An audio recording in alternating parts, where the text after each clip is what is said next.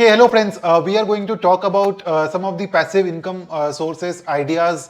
These are all the ideas that have practically worked for me. I'm going to tell you the pros and cons of each, and what you should do to make it more better. So we'll discuss everything in detail today. Before we begin, I'm sharing my American Express credit card referral link. I have a very sweet offer for you. If you apply for any two cards from the referral links, and if the cards are issued to you, then what I'm going to do is you can reach out to me by email, and I am going to do a 30 minutes consultation call with you, free consultation call, where you can ask me anything about credit cards and your strategy, and we can discuss that. So I hope you use this opportunity to get on a call with me. Now let us begin and discuss what are some of the passive income sources ideas. So firstly, we'll talk about the very simple ones, like say for example, dividends, interest income, rental income and stuff like that, and what are the pros and cons, and then the things that are not so common but generally work as well, right? So firstly, let us talk about dividends. So dividends are generally issued by companies. So you have to invest in a company, and then every year out of the profits what they earn, they give you a dividend payout, right? But for to get dividend, there are lots of companies with different types of dividend yields, right? You will get a company with a dividend yield of say 0.5% to a dividend yield of 10%, but you need to figure out what kind of dividend income you want to generate here. Say for example, you are a 25 or 30-year-old.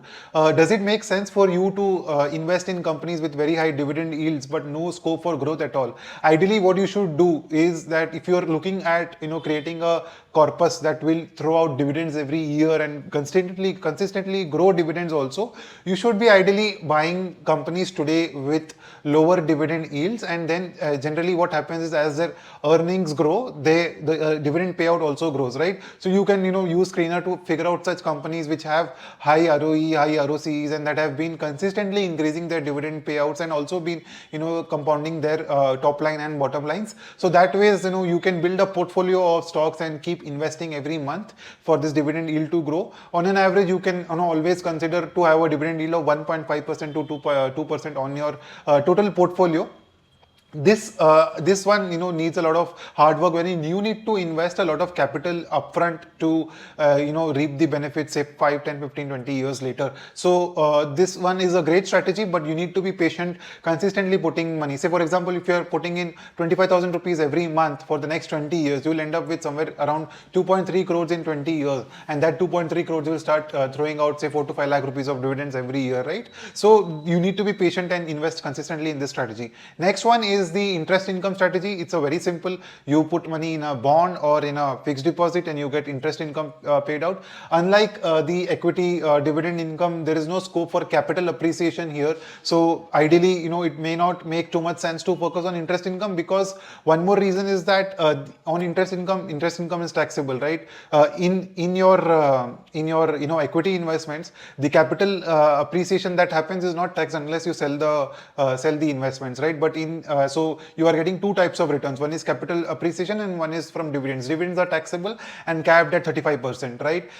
Basically, it's on marginal rate, but the upper cap is 35%. But whereas in fixed income, your interest is taxed at marginal rate, right? So ideally, if you want to generate fixed income, passive income, basically from fixed income, what you could do is maybe invest in mutual funds and do an SWP there instead of putting the money in a fixed deposit or in a bond that pays out interest payments, right? Because that will make it more beneficial for you taxation wise. So I'll do a separate video on that where I can explain you how the taxation works in a mutual fund SWP, right? It is much more effective than the interest that you earn on fixed income. So fixed income is not something that I favor. It even for say retired people up to the minimum taxable limit, right? Say for example, up to 5 lakh rupees you can invest in fixed income, which will, because it will be interest free.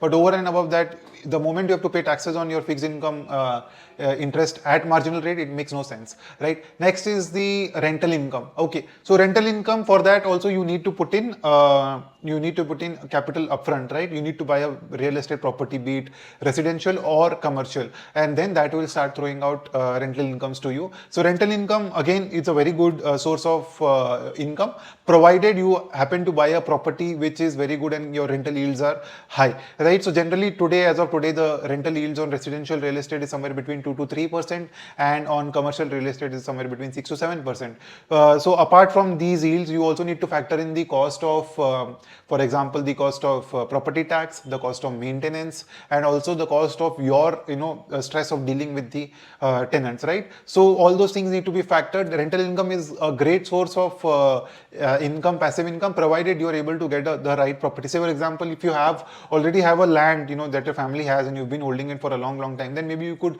consider constructing something on that and then put it out on lease. So that way your overall net yield is very high, because the land must have been bought a long time back ago, right? So for properties that have been bought way back, say 10, 15, 20 years, the rental yields are very high. But obviously there is an opportunity cost of selling that property and investing it somewhere else. So that also needs to be factored in. Okay, what's next? So apart from dividend, interest, rental yields, something that will definitely work for you is to figure out a business that will start generating passive income for you. So you need to do the hard work initially. Okay, so once you do the hard work initially, then the stream of income gets started, and second year onwards, that stream of income continues to grow. Say, for example, insurance advisory, wherein you are selling insurance products, right? So it is a recurring revenue stream wherein you keep getting revenue every year. But you need to be in, but when claims come, you also have to help your clients to ensure that the claims are settled properly. Again, the idea is not to sell the wrong products, right? You can also build this by selling term insurance, right? So you have to focus on, or maybe you can do, if you're on the tech side, maybe build a software that starts giving you recurring income. So the business is the best place. Your business is the best place where you can focus on creating passive income. You can always create a blog wherein people start reading at your blog, and then you get ads income, right? So a business is the best place to invest your time and effort, so that the business will also grow every year and your income will also grow. You need to figure out what works for you and where you are capable of starting a business. You can do it along with your job also. I'm not asking you to quit your job and start a business. Do it along with your job. Maybe whatever you earn, it's going to be great. Then you can also start figuring out how to diversify this income source.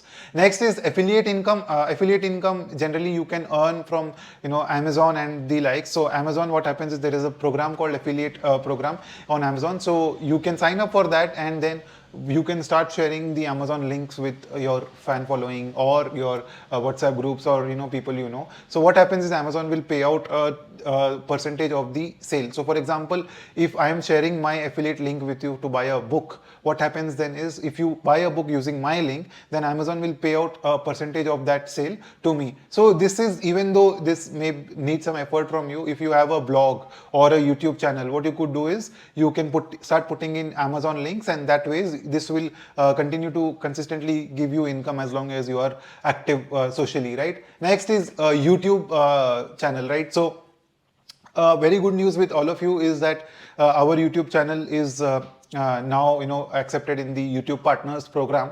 So thank you for watching this channel so far, and I hope you will continue to watch it. I hope I'm adding value to your life. So YouTube, okay, so it needs a lot of effort, right? You need to consistently put in videos every week, and you need to make sure that you're putting out quality content.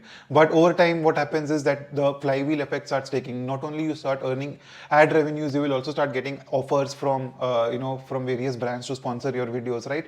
So that's also going to happen, but you need to stay on top of it. You need to do the hard work initially. For me, it took 8 months just to enter, just to get accepted by YouTube under the Partners program, and I don't know how much time it's going to take for me to earn any decent sort of revenue from here, but it's a very good source. If you have any skills, start sharing it on YouTube. Then there are other sources. Hey, you can start a blog, and probably once a blog gets popular, you can start earning ad revenues and sponsorship revenues. You can start a newsletter.